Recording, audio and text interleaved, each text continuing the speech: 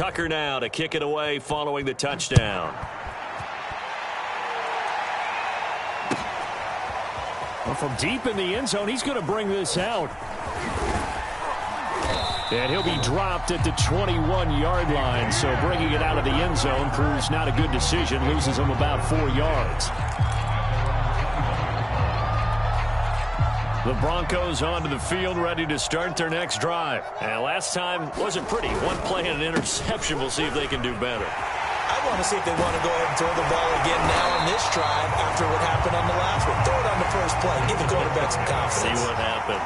10 yards there to start the drive, and just enough by about the length of the football for a first down. Oh, he dropped it.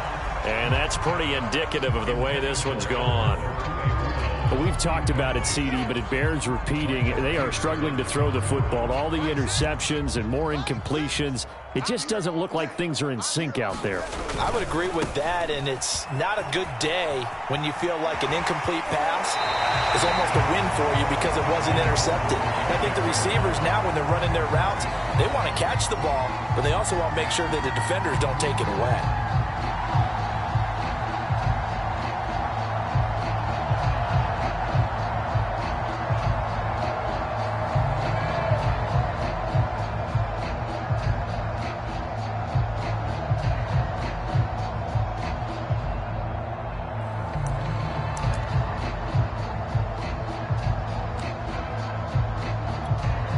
The Broncos on third down. 3 for 7 so far in this game. They're looking at third and a few inches. And they'll try and run the option to pick it up. This is Gordon as they go to him again. And not only will he not get the few inches he needs, he's going to go backwards. Losing 2 yards that time, and now it's fourth down. Now Locke, got to have this one. He'll fire one downfield for Fant. And my goodness, another interception. Picked off by the Pro Bowler, Marcus Peters. The utter domination here just continues. This defense, I don't know what more we can say all around about their performance. Well, it certainly feels in this game like maybe they're facing a Canadian defense. 12 guys on the field. It feels like there's an extra on every snap because they have really struggled to make headway through the air. A solid run on first down. Gain of 7 leaves them with a 2nd and 3. Kill. Return it.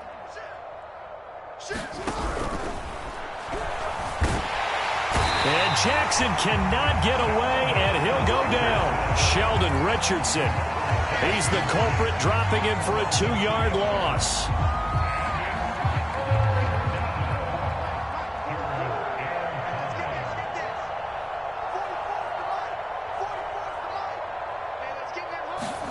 From the gun on third down, Jackson. He's going deep for Brown. Oh, for the 3rd time, Jackson going to be intercepted. Picked off by Kareem Jackson. Now they get a 4th quarter pick. A little something to hang their hat on, I guess. Okay, so let's face it, though. Who's happy about this play? Fantasy guys, right? Yeah. The analytics will tell you one thing or another. That's a bad play on one hand, a good play on the other, but it's all about the fantasy points here. Yeah, because this ball game is over. After the turnover, here's Locke. And that's complete. Albert Okwuegbunam. And he'll be taken down, but not before he gets this football out shy of the 30 to the 29. It'll be a gain of 10 to start the drive out, and by a few inches, that'll be a first down. And now here is another interception.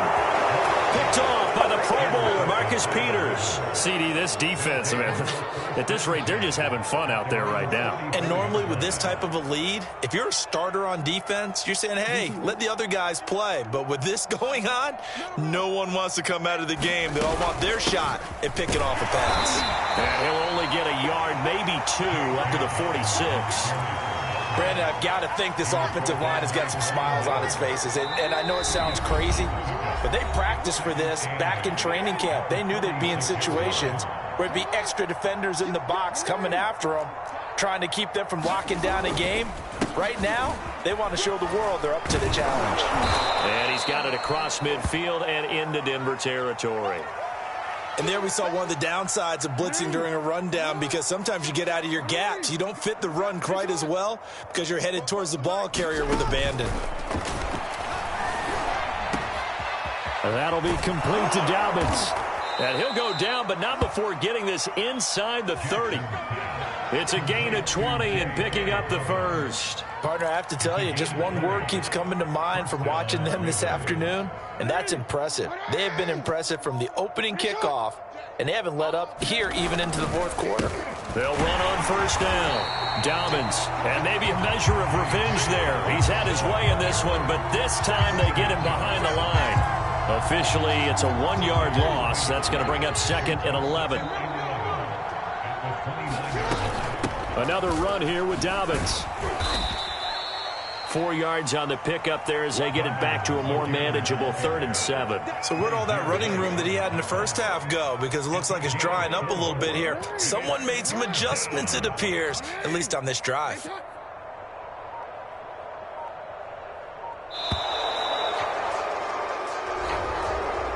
So the final seconds tick away in this Baltimore victory.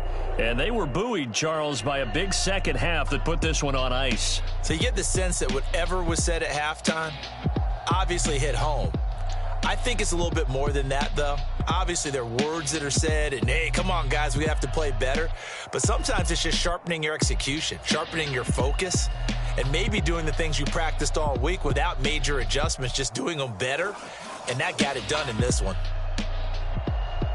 So for the Ravens, hey, they finish a perfect month of September as they move to 4-0 on the new campaign. And they'll return home next week to take on the Indianapolis Colts. Meanwhile, for the Broncos, they'll drop down to 1-3. And they'll try to rebound next week as they head to Heinz Field to take on the Steelers.